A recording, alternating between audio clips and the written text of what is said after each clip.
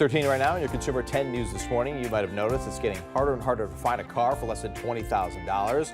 And you are not alone. Gabriela Garcia talked to an expert about this. And what is going on here, Gabby?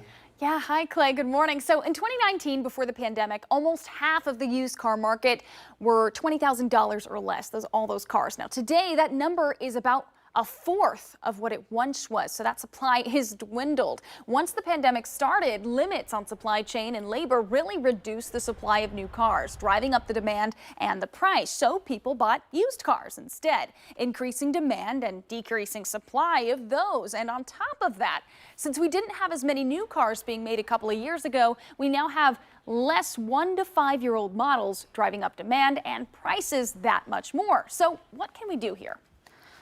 Consider alternatives. Again, if you've got a specific model targeted and those models are all expensive, look at competitors, look at comparable models from other brands. And you might be surprised to find that, there's 4 or 5 other competing models and one of them is actually much lower priced on the market.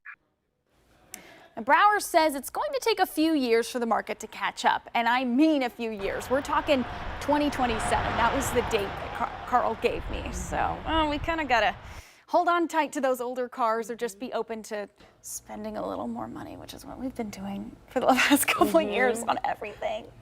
I feel like it's a lot more money for some folks when you see some of those prices. Yeah. Sure. So just kind of have an open mind. Feel free to look at all these different models, not just the 1 or 2 that you have. And that's really the case here. Have an open mind, do your research. And it seems like you just reinvest in your car. Yep. That's right. That's kind of what we have to do. Yeah. All right. Sounds good. Gabby, thank you.